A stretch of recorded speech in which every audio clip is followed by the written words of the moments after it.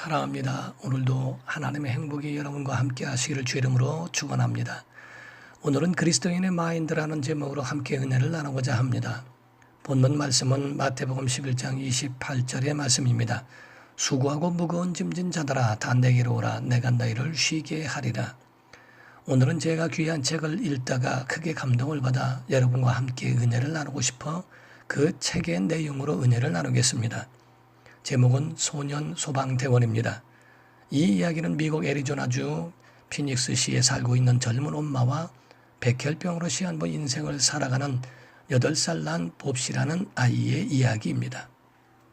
미국 애리조나주의 26살의 엄마가 병상에 누운 봅시라는 어린 아들을 내려다보고 있었습니다. 그 아이는 백혈병으로 죽어가고 있었기 때문입니다. 슬픔으로 가슴이 미어졌지만 그녀는 마음을 굳게 먹으려고 노력하고 있었습니다. 다른 부모들처럼 그녀 역시 자신의 아들이 잘 성장해서 인생의 모든 꿈을 이루기를 바랬었지만 이제 그것이 불가능한 일이 되어버렸기 때문입니다. 이는 백혈병이 모든 소망을 다 앗아가 버린 연고였습니다. 하지만 그녀의 마음속에는 여전히 아들의 꿈이 한 가지라도 이루어지기를 바라고 있었습니다. 하루는 그녀가 아들의 손을 잡고 물었습니다. 봅시야, 넌 이 다음에 커서 무엇이 되겠다는 생각을 해본 적이 있니? 어떠한 사람이 되어보고 싶다 또는 그러한 소원을 가져본 적 있니?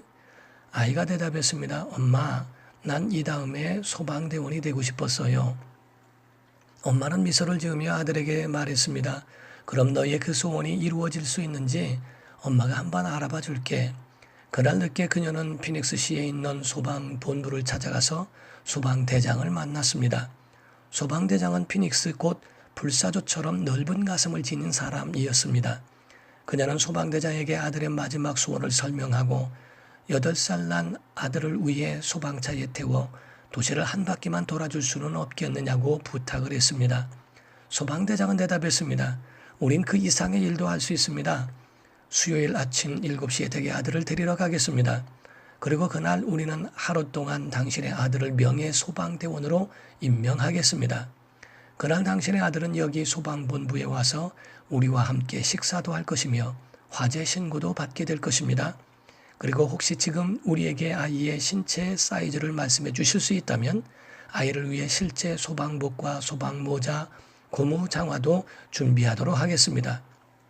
물론 모자에도 우리가 착용하는 것과 똑같은 노란색으로 된 피닉스 소방본부 마크를 달아주도록 하겠습니다. 다행히 그것들은 모두 이곳 피닉스에서 만들고 있기 때문에 금방 구할 수 있습니다.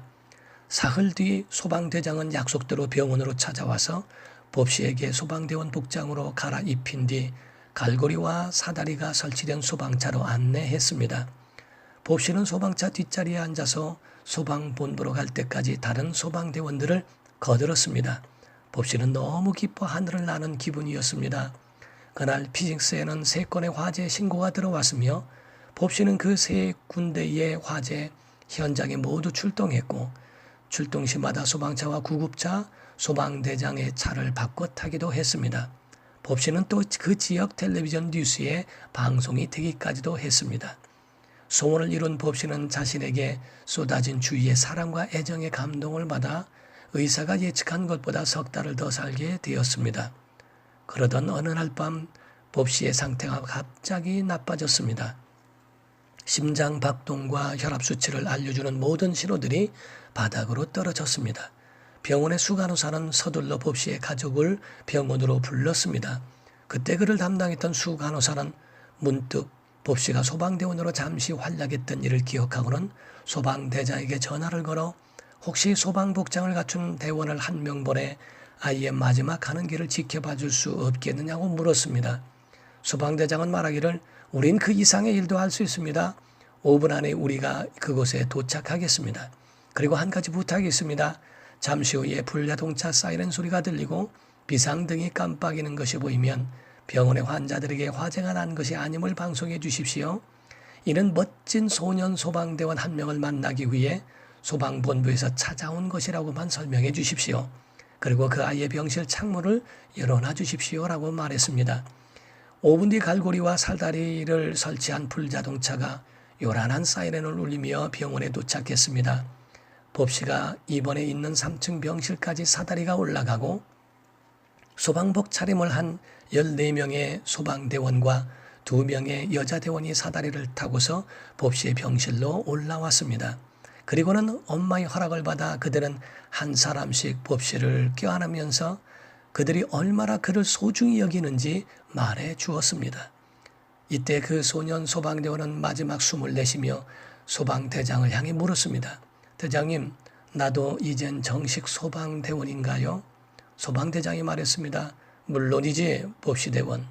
그 말을 듣자 봅시는 환한 미소를 지으며 숨을 거두었다고 합니다. 한 아이의 소원을 이루기 위해 흔쾌히 허락해 줄 뿐만 아니라 그 아이의 마지막까지 최선을 다했던 소방대장과 그 대원들의 활약은 오늘날 자기와 관계없는 일에는 등한시하기를 원하는 현대 사회에 다시 한번 생각하게 만드는 이야기라고 할 수 있겠습니다. 이와 같이 성도들의 마음속에는 피닉스의 소방대장과 같이 세상에서 수고하고 무거운 짐을 지고 살아가는 사람들이 쉬어갈 수 있는 넉넉한 마음이 있어야 그리스도인이라고 할 수 있을 것입니다. 오늘은 그런 마인드를 위해 기도하는 날이 되었으면 좋겠습니다. 함께 기도하시겠습니다. 살아계신 하나님 아버지, 오늘 우리의 마음속에도 그리스도의 마음을 품을 수 있도록 도와주옵소서. 넓은 마음을 허락하여 주시옵소서. 예수님의 이름으로 기도하옵나이다. 아멘.